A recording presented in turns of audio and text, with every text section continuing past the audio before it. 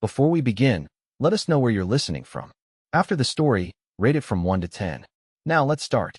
The Montana sky stretched endlessly above Meredith Evans as she stood beside the small wooden cross marking her husband's grave. 6 months had passed since the accident at the lumber mill had taken Robert from her, yet the wound still felt fresh. At 32, she hadn't imagined she'd be a widow with 2 young children to raise alone in the small town of Pine Creek. "I don't know how to do this without you," she whispered, her words carried away by the autumn breeze that rustled through the cemetery's oak trees. Meredith pulled her cardigan tighter around her slender frame. The nursing uniform beneath it, crisp white against her olive skin, reminded her that she needed to hurry. Her shift at Pine Creek Medical Center started in 30 minutes, and Mrs. Henderson from next door couldn't watch the kids all day. As she walked back to her car, Meredith's mind turned to practical matters: the leaking roof, the broken porch step, the mounting bills. The modest life insurance policy had paid off Robert's medical expenses with barely anything left over. Their small savings were dwindling fast. One day at a time, she reminded herself, the phrase becoming her unwanted mantra. The hospital buzzed with the familiar energy Meredith had come to find comforting. For 8 hours, she could lose herself in the needs of others, postponing her own grief and worry. "Nurse Evans, we need you in room 4. New patient. Ranch accident," called Donna, the charge nurse whose motherly demeanor belied her military efficiency. Meredith grabbed a chart and hurried down the hallway, her practical shoes squeaking against the linoleum floor. The man sitting on the examination table made the room seem suddenly smaller. At least 6'6", with shoulders broad enough to block out the overhead lights, he hunched forward, cradling his left arm against his chest. His face, partly obscured by a dark brown beard and the brim of a dusty cowboy hat, was drawn in pain. "Mr. Archer?" Meredith consulted the chart. "Preston Archer?"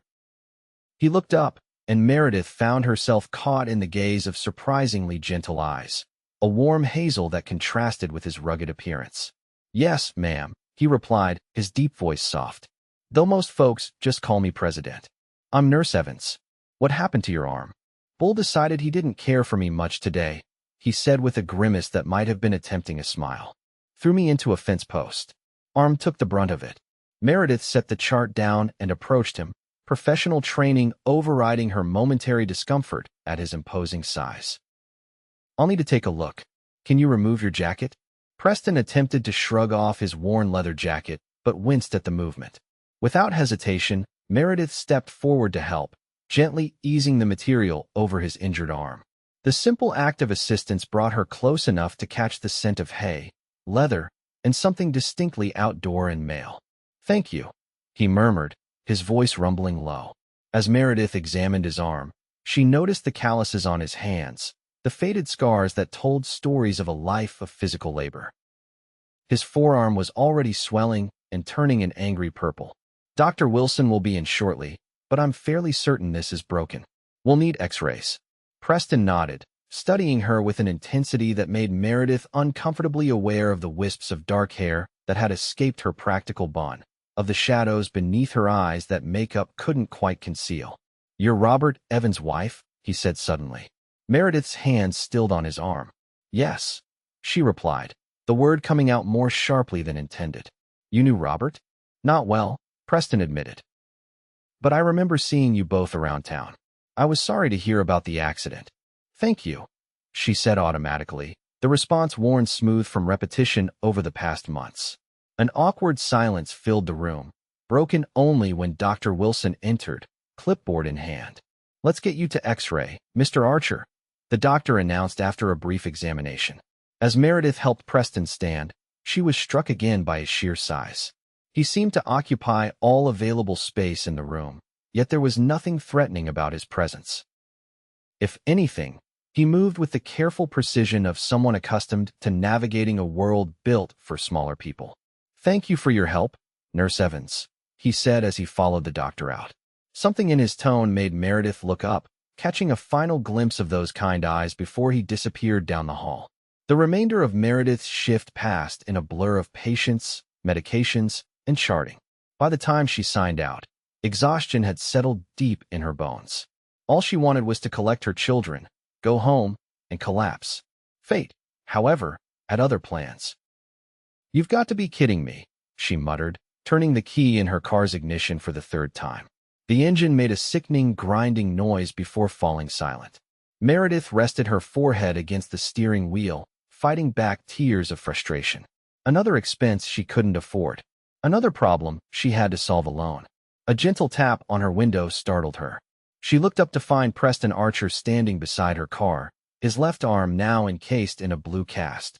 Meredith rolled down her window. "Mr. Archer? Car trouble?"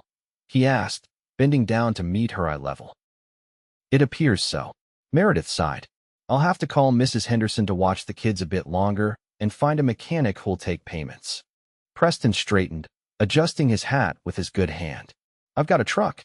I can give you a ride home, and if you'd like, I can take a look at your car tomorrow. I'm pretty handy with engines." Meredith hesitated. She barely knew this man, yet there was something trustworthy in his straightforward offer. "That's very kind, but I couldn't impose."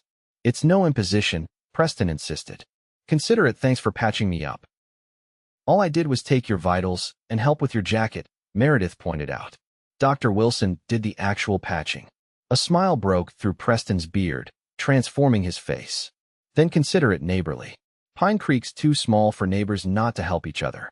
20 minutes later, Meredith found herself in the passenger seat of Preston's enormous pickup truck, giving directions to Mrs. Henderson's house. The truck cab smelled of leather, coffee, and dog hair, though no dog was present. "So you run a ranch?" she asked, trying to fill the silence. Preston nodded, handling the steering wheel one-handed with practiced ease. "Rocking a ranch, about 15 miles outside town. Been in my family for 3 generations. I think I've driven past it. The white farmhouse with the red barn. That's it. Not much to look at, but it's home." He glanced at her. "You've lived in Pine Creek long?" "About 6 years. We moved here when Robert got the job at the lumber mill." Meredith looked out the window, watching familiar buildings pass by. "Before that, we were in Seattle, where I trained as a nurse." "Big change, coming to a town this small." "It was, but it's been good for the kids. Safer, more freedom to run around." Preston seemed to consider this. "How old are your children?" "Emma's 7, and Jacob's 5. They pulled up to a small yellow house with a well-tended garden. Before Meredith could open her door, Preston was there, offering his good arm for support as she stepped down from the high truck cab. "Thank you for the ride," she said, suddenly awkward. "About my car. I'll have a look tomorrow, if that works for you." No strings attached. Meredith studied him, trying to decipher his motivation. Men had started circling after Robert's death, some with casseroles and sympathy, others with less noble intentions. Preston Archer, however, seemed to radiate sincerity. "Why are you being so kind to a stranger?" she finally asked. Preston's expression softened. "Because when my wife died 5 years ago, strangers were kind to me when I needed it most."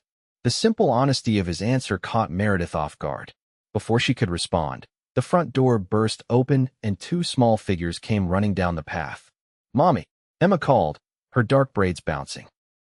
She stopped short at the sight of the towering man beside her mother, grabbing her younger brother's hand protectively. "It's okay," Meredith assured them. "This is Mr. Archer. My car wouldn't start, and he gave me a ride home." Jacob peered around his sister, eyes wide. "You're a giant," he declared with the straightforward honesty of a 5-year-old. Preston chuckled, crouching down to be less intimidating despite his injured arm. "Not quite, buddy. Just tall enough to reach the top shelf without a ladder." Emma, ever practical like her mother, pointed to his cast. "Did you break your arm?" "Yep. Had a disagreement with a bull. The bull won." This earned him a giggle from Jacob. "Do you have cows?" "Real ones. About 200 real ones," Preston confirmed. "And horses too. Can we see them?" Jacob asked excitedly. "Jacob," Meredith admonished gently. "Mr. Archer isn't offering a ranch tour." Preston stood, his eyes meeting Meredith's. "Actually, if you'd like to bring them by sometime, they're welcome. City kids should see where their hamburgers come from." Mrs. Henderson appeared at the door, wiping flour-covered hands on her apron. "Meredith." "I was getting worried. Everything okay with the car?" "It wouldn't start," Meredith explained. "Mr. Archer was kind enough to give me a ride." The older woman's eyes lit with interest as she took in the tall rancher, and Meredith could practically see matchmaking calculations happening behind her spectacles. Preston Archer, he introduced himself, tipping his hat with his good hand. "Pleasure to meet you, ma'am. You must stay for dinner," Mrs. Henderson declared. "I've made more than enough pot roast." "Oh, he couldn't," Meredith began. "I wouldn't want to impose," Preston said simultaneously. Mrs. Henderson waved away their protests. "Nonsense. A man with a broken arm shouldn't eat alone, and I always cook too much. Besides, Jacob and Emma haven't stopped talking about cowboys all week after that program they watched on TV. Now they can ask a real one all their questions." Somehow, Meredith found herself setting an extra place at her small kitchen table while Preston was led to the living room by her children, who had overcome their initial shyness with remarkable speed. By the time she called everyone to dinner, Jacob was sitting on the floor demonstrating his toy cars to Preston, who appeared genuinely interested in the detailed explanation of which was fastest. Dinner was surprisingly comfortable. Preston answered the children's endless questions about ranch life with patience and humor. He told stories about baby calves and stubborn horses that had Emma and Jacob hanging on every word. Meredith found herself watching his hands, one strong and capable, the other temporarily constrained by the cast, as he carefully cut his meat. There was something compelling about the gentle way this large man handled everything around him, from her delicate glassware to her curious children. "So do you run the ranch alone?" Mrs. Henderson asked, subtlety not being her strong suit. Preston wiped his mouth with a napkin before answering. "I have 2 full-time hands who live on the property, brothers, the Mendez boys, and I hire seasonal help during calving and roundup. But no family helping out?" the older woman pressed. "Mrs. Henderson," Meredith murmured in warning. Preston smiled. "It's all right. My parents retired to Arizona 3 years ago. Dad's arthritis couldn't take the Montana winters anymore. My sister lives in Bozeman with her husband and kids. They visit when they can. And you never remarried after your wife passed?" Mrs. Henderson continued, ignoring Meredith's mortified expression. "No, ma'am. Never found the right reason to." His simple answer held no self-pity, just a matter-of-fact acceptance that somehow made Meredith's chest ache. After dinner, when the children were occupied with dessert, Preston insisted on washing dishes despite his cast. Meredith stood beside him at the sink, drying each plate as he handed it to her. "I'm sorry about Mrs. Henderson's interrogation," she said quietly. "She means well. Don't worry about it," Preston replied, handing her a clean glass. "Small towns run on information. I've lived here all my life. I'm used to it." Their fingers brushed as she took the glass, and Meredith felt an unexpected warmth spread up her arm. She busied herself with drying it thoroughly. "What happened?" she asked after a moment. "To your wife, I mean, if you don't mind my asking." Preston was quiet for so long that Meredith thought he might not answer. When he did, his voice was soft. "Cancer. It was quick, 4 months from diagnosis to the end. We'd been married just 3 years.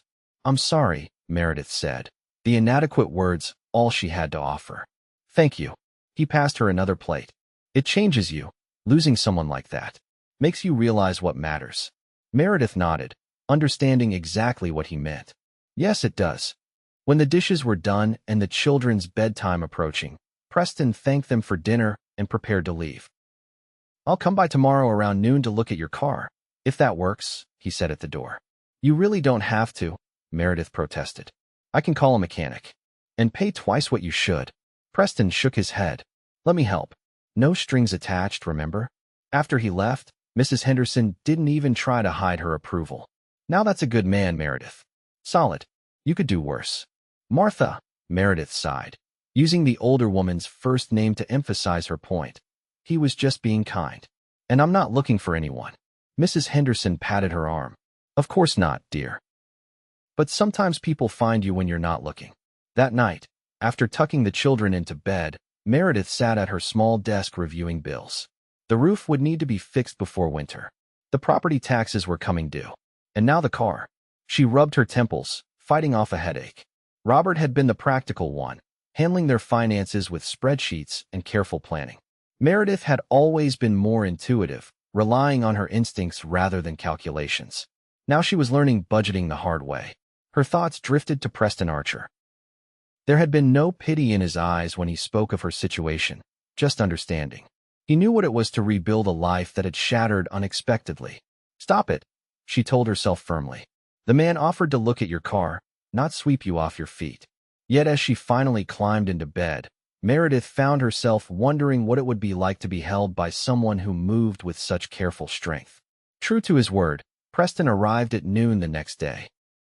Meredith had just finished a morning shift at the hospital and was changing out of her uniform when she heard Jacob's excited voice announcing, "The Cowboy's here." She found Preston in her driveway, toolbox in hand, already peering under the hood of her aging Honda.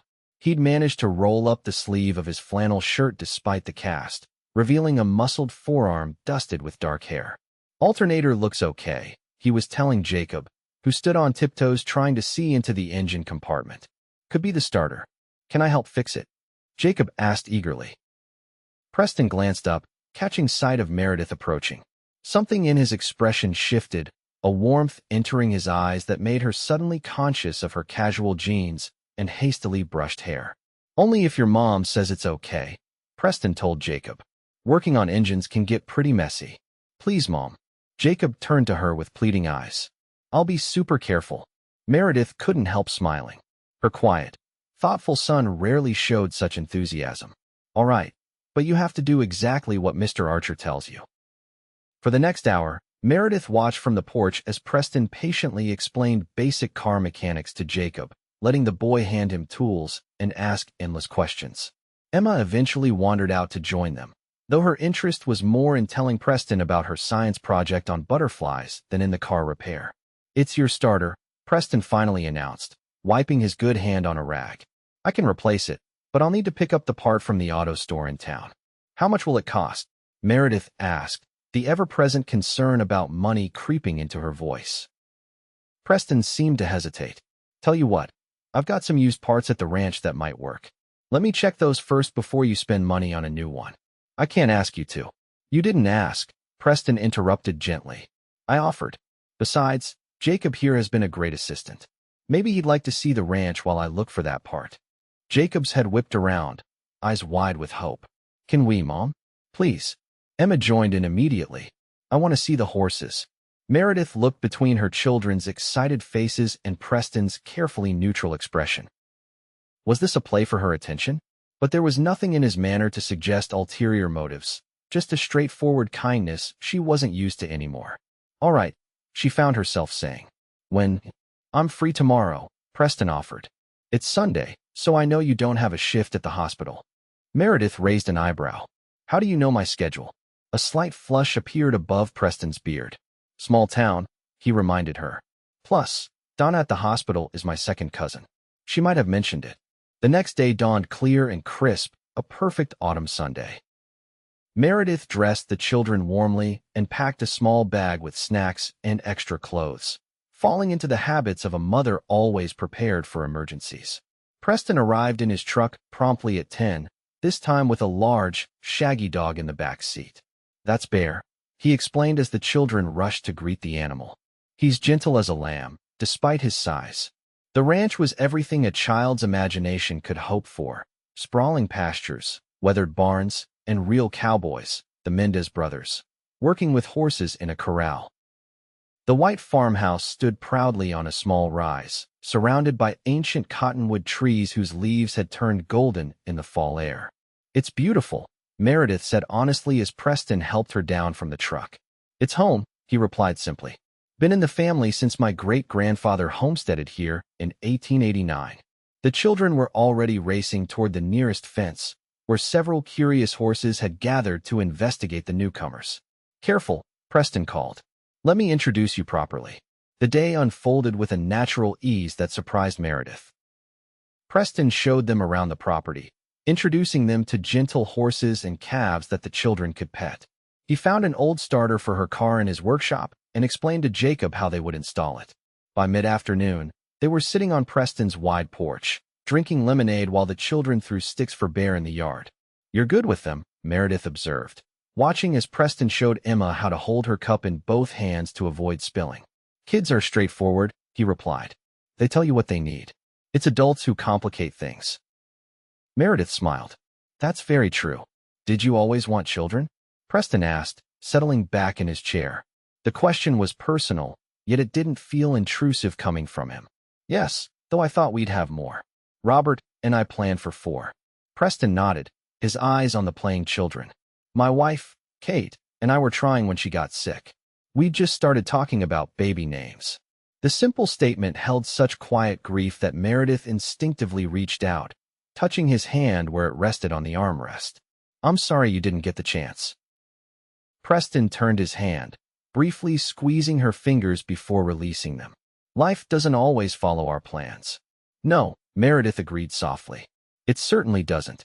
They lapsed into comfortable silence, watching Emma and Jacob laugh as Bear performed an enthusiastic shake that sent water droplets flying from his fur. Would you and the kids stay for dinner? Preston asked suddenly.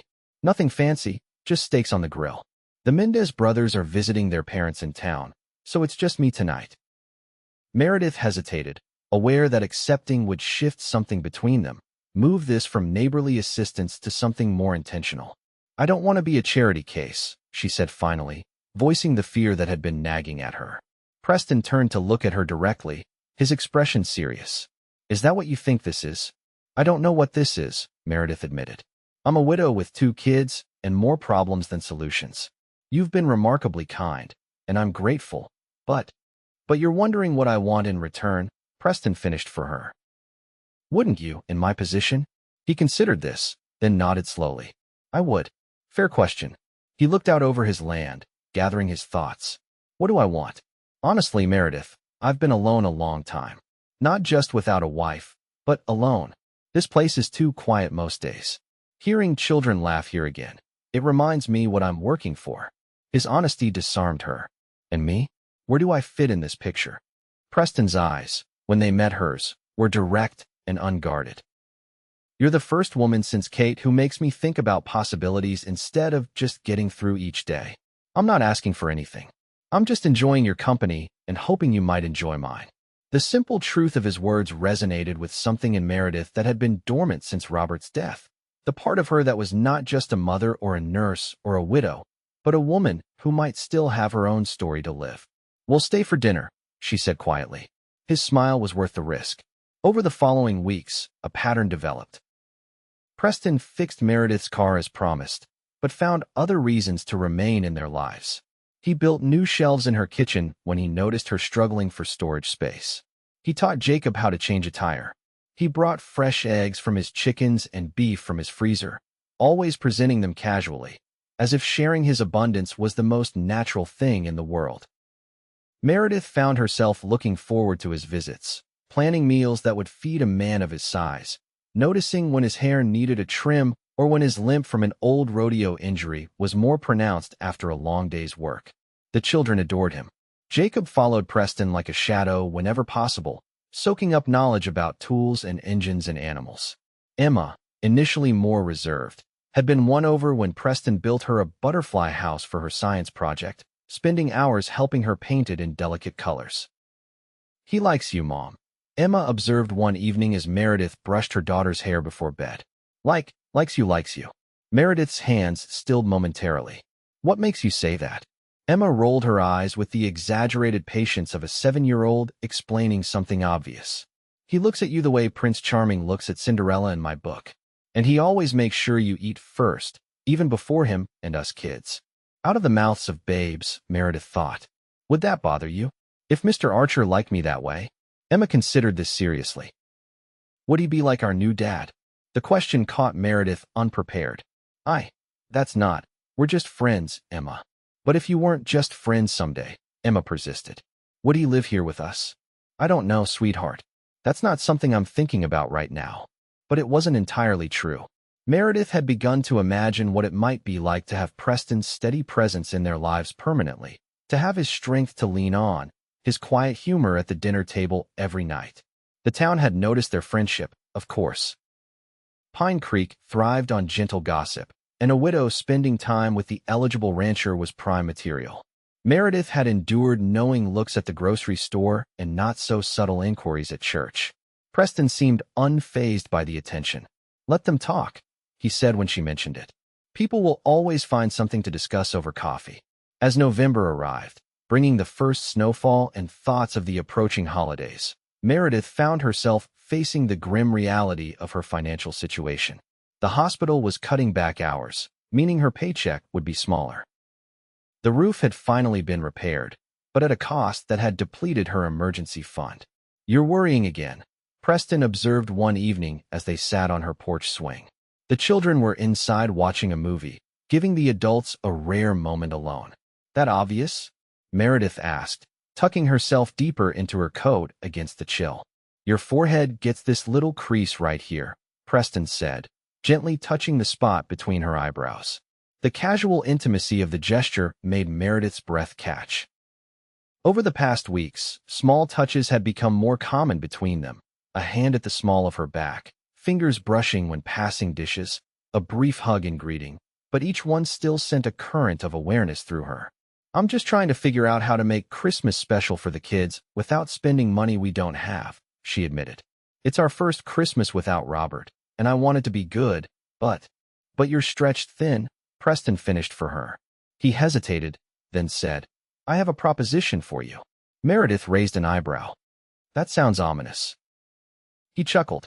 "Nothing sinister, I promise. The thing is, I need help at the ranch for the next few months. Miguel Mendez's wife is having a baby, and he wants to take some time off to be with her and the new little one. I need someone to help with the books, answer the phone, maybe handle some correspondence, basic office work. And you're offering me this job?" Preston nodded. "It's part-time, 15 hours a week, working around your hospital schedule. You could bring the kids out after school. There's a small office in the house where you could work while they do homework or play." Meredith studied him, trying to determine if this was a genuine need or another of his careful attempts to help without wounding her pride. "Do you really need an office manager, or are you creating a job because you know I'm struggling?" Preston met her gaze steadily. "Both," he admitted. "I do need help. The paperwork is piling up, and ranching requires more record-keeping than most people realize. But yes, I also thought it might help you, and that's part of why I'm offering it to you instead of posting it in town." His honesty, as always, disarmed her. "I appreciate that. What would it pay?" When he named a figure, Meredith's eyes widened. "That's too much for part-time work." "It's the going rate," Preston insisted. "Ask around if you don't believe me. Ranching is a business, Meredith. I don't overpay, but I pay fair wages." She considered the offer. The extra income would ease her immediate worries and allow her to provide a proper Christmas for the children. And the thought of spending more time at the ranch, with its open spaces and peaceful atmosphere, was undeniably appealing. "All right," she said finally. "I accept, but I'll earn every penny." Preston's smile warmed his entire face. "I never doubted that for a second." Working at the ranch changed their relationship in subtle ways. Meredith saw Preston in his element, directing ranch hands, making business decisions, handling the 1,000 daily tasks that kept the operation running. She admired his quiet competence and the respect his employees showed him. For his part, Preston observed Meredith's organizational skills transforming his chaotic office into an efficient workspace. She modernized his filing system, computerized records that had been kept by hand for decades, and gently insisted he actually read important correspondence before she filed it away. They developed a comfortable rhythm, professional during working hours, but relaxing into friendship when the day's tasks were complete.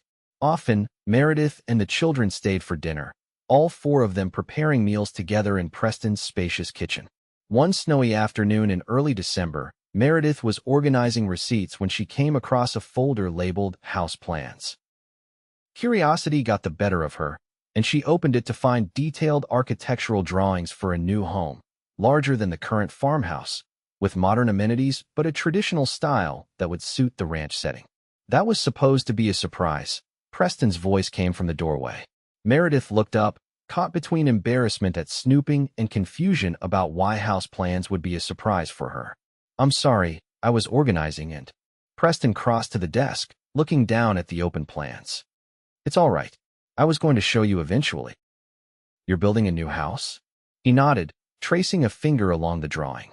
"The old farmhouse has served its purpose, but it's not really suited for a family anymore. Too many narrow staircases, not enough bathrooms, Poor insulation. I've been saving to build something better. It looks beautiful, Meredith said, studying the drawings more carefully. 4 bedrooms. Room to grow, Preston said simply. Something in his tone made Meredith look up at him. He was watching her with an intensity that made her heart beat faster. I'm not asking anything right now, he said quickly. It's too soon, I know that. But I wanted you to know I'm thinking about the future. A future that has space in it for more than just me. Meredith stood, suddenly needing to be on equal footing for this conversation. Even then, she had to tilt her head back to meet his eyes. You're talking about us. Me and the children. Preston took a deep breath. Yes, but only if and when you're ready. No pressure, no timeline. It's been less than a year since Robert died, Meredith said softly. I know. Preston's voice was equally quiet. And it was 2 years before I could even look at another woman after Kate. Grief has its own schedule. It can't be rushed. The children are just getting to know you. They are. And I'm getting to know them. That takes time too. Meredith searched his face, finding nothing but sincerity in his expression. Why me, Press? You could have any single woman in 3 counties. Why a widow with 2 kids and more baggage than a train station? A small smile touched his lips. Because when you laugh, it's like everything around you gets brighter. Because you're strong in ways I never had to be. Because your children are amazing little people who deserve the world. And selfishly, because when I'm with you, I don't feel alone anymore. The simple honesty of his answer brought tears to Meredith's eyes. I'm scared, she admitted. Not of you, but of feeling this much again. Of risking loss again. Preston nodded, understanding in his eyes. I know. Me too. He didn't reach for her, giving her the space to process his words. It was this, his consistent respect for her boundaries, that finally broke through the careful wall Meredith had built around her heart. She stepped forward and placed her hand on his chest, feeling his heart beating strong and steady beneath her palm. I'm not ready to make promises, she told him. But I think I'm ready to stop being afraid of possibilities. Preston covered her hand with his own. That's all I'm asking for. A chance at possibilities. The weeks leading up to Christmas were filled with quiet moments of growing connection. Preston taught the children to ride horses on gentle mounts. Meredith learned the names of all the ranch hands and began bringing homemade cookies to the bunkhouse. They decorated a massive Christmas tree in Preston's living room, the children's laughter filling the house as they hung ornaments from a stepladder Preston held steady. On Christmas Eve, Preston joined them for a simple dinner at Meredith's house. He arrived bearing gifts, thoughtfully chosen, not extravagant but perfect for each of them. For Jacob, a handcrafted toolbox with real, child-sized tools. For Emma, a telescope to indulge her newfound interest in stars. And for Meredith, a delicate silver necklace with a pendant shaped like a nurse's caduceus. It's beautiful, she whispered as he fastened it around her neck, his large fingers surprisingly deft at the tiny clasp. You save lives every day, Preston said. That deserves recognition. After the children were finally asleep, vibrating with excitement for Christmas morning, Meredith and Preston sat before the fire, a comfortable silence between them. I have something for you too, Meredith said eventually, reaching behind the couch to retrieve a wrapped package. Preston opened it carefully, revealing a hand-knitted scarf in deep blue wool. You made this? He asked, running his fingers over the neat stitches. Meredith nodded. During night shifts when things were quiet. It's not much, but it's perfect, Preston interrupted, wrapping it around his neck immediately. No one's made me anything by hand since my mother knitted my baby blanket. He leaned forward, hesitating just a moment before brushing his lips against hers in a kiss so gentle it was barely there. A question more than a demand. Meredith answered by sliding her hand to the back of his neck and drawing him closer, deepening the kiss. When they finally broke apart, both were breathing unevenly. I should go, Preston said reluctantly. Early morning tomorrow. Meredith nodded, though part of her wanted to ask him to stay. The kids will be up at dawn. At the door, Preston turned back to her. Meredith, I'm falling in love with you. I think I have been since you helped me with my jacket that first day at the hospital. The simple declaration hung in the air between them, honest and unadorned. I'm falling in love with you too, Meredith whispered, the words both frightening and freeing to say aloud. and it terrifies me how right it feels. Preston smiled, touching her cheek gently. We'll figure it out together. No rush. As spring thawed the Montana landscape, the foundation for Preston's new house was poured. Meredith often found herself walking through the construction site with him, discussing cabinet heights and window placements as if her opinion on these details mattered. What do you think about this for the kitchen? Preston asked one evening, showing her a sample of butcher block countertop. It's beautiful, but it requires more maintenance than granite, Meredith replied practically. Preston smiled. Always the sensible one. Granted it is. They were moving slowly, deliberately, both aware of the significance of each step forward. Preston had become a fixture in their lives, attending Jacob's t-ball games, helping Emma with science fair projects, bringing dinner when Meredith worked late shifts. The children had begun to rely on his presence, turning to him with questions and problems they once would have taken to their father. Meredith watched this development with a mixture of gratitude and guilt, wondering if she was somehow betraying Robert's memory by allowing another man to fill these spaces in their lives. Do you think Dad would be mad? Emma asked one night as Meredith tucked her in. The question seemed to come from nowhere, but Meredith had learned that children's thoughts often percolated for days before finding voice. Mad about what, sweetheart? About us liking Preston so much. About you maybe loving him. Meredith sat on the edge of the bed, choosing her words carefully. I think your dad would want us to be happy. He loved you and Jacob more than anything in the world, and he would want you to have people in your life who care about you. Preston said Dad is still our dad, even though he's in heaven. He said nobody can ever replace him, but that doesn't mean we can't love other people too. Tears pricked at Meredith's eyes. When did Preston tell you that? When I asked him if he was going to be our new dad. He said that if you and him ever got married, he would be proud to be a dad to us, but that we would always have our real dad too, in our hearts. Meredith swallowed hard against the emotion rising in her throat. Preston is a very wise man. So you might marry him? Emma persisted. We're taking things slowly, Emma. But, yes, someday that might happen. Would that be okay with you and Jacob? Emma nodded solemnly. Jacob already asked if he could call him Dad sometimes. Preston said that was up to you. That night, after the children were asleep, Meredith called Preston. Can you come over? She asked without preamble. Is everything all right? Concern immediately filled his voice. Yes. No. I don't know. I just need to talk to you. 20 minutes later, Preston's truck pulled into her driveway. Meredith met him on the porch, wrapping her cardigan tightly around herself against the spring evening chill. What's wrong? He asked, searching her face. Emma told me what you said. About Robert still being their dad. About you not replacing him. Preston's expression softened. I hope that was all right. She had questions, and I wanted to be honest with her. It was more than all right, Meredith said, her voice catching. It was exactly what they needed to hear. What I needed to hear too, I think. She stepped closer to him, placing her hands on his chest. I've been holding back, President, keeping one foot out the door because I felt guilty about moving forward, about being happy without Robert. But the truth is, I am happy when I'm with you. We all are.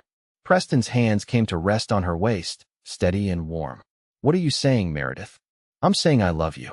Not just falling anymore. I love you. And I don't want to waste any more time being afraid of that. The smile that broke across Preston's face was like sunrise after a long night. He lifted her off her feet in an embrace that felt like coming home, his lips finding hers in a kiss that held both tenderness and promise. When he finally set her down, he kept his arms around her.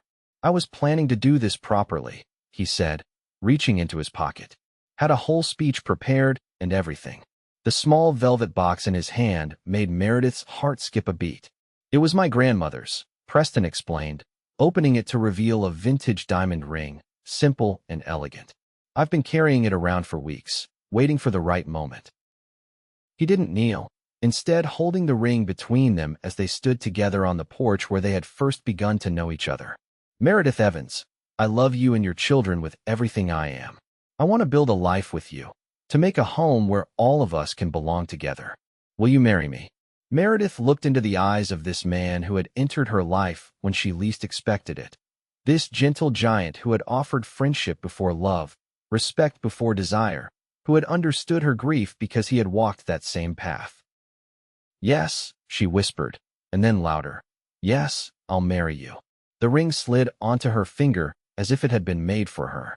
As Preston gathered her close again, Meredith thought about the house taking shape on his land, their land now, and the family that would fill it with life.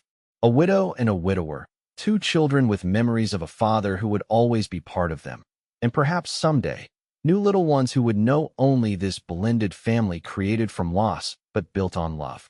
I'll build you a home, Preston murmured against her hair, if you'll give me a family. We already are a family, Meredith replied, her heart full. The home is just where we'll keep all our love safe. And as they stood together under the vast Montana sky, Meredith knew that some endings were really beginnings in disguise. That love, once learned, was never truly forgotten, only transformed and renewed in ways she could never have imagined when she stood alone by a grave just months before. Life didn't always follow plans, but sometimes it led to places more beautiful than any you could have charted for yourself.